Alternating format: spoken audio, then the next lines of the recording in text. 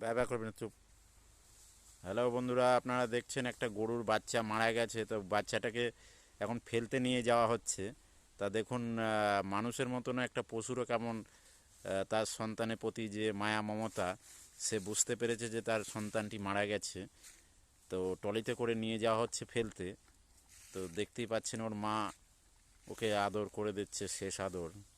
মানে ও বুঝতে পেরে গেছে ওই আর একটা বাচ্চা ও অনেকক্ষণ শুকে টুকে চলে গেল। তো এরকম বাচ্চাটা এই 1 বছরও বয়স হয়নি, আজ তার মৃত্যু হলো। 8-10 দিন ডাক্তার দেখানোর পরেও তাকে বাঁচানো গেল না।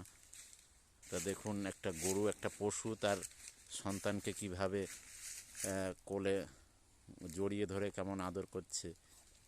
সেও বুঝতে পেরে গেছে যে তার সন্তানটি মারা গেছে।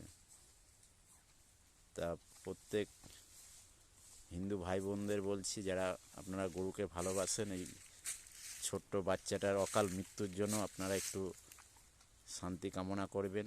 এটা আরও 5 জনকে দেখতে সুবিধে করে দেবেন, এটা শেয়ার করবেন। ঈশ্বর আপনাদের মঙ্গল করবে।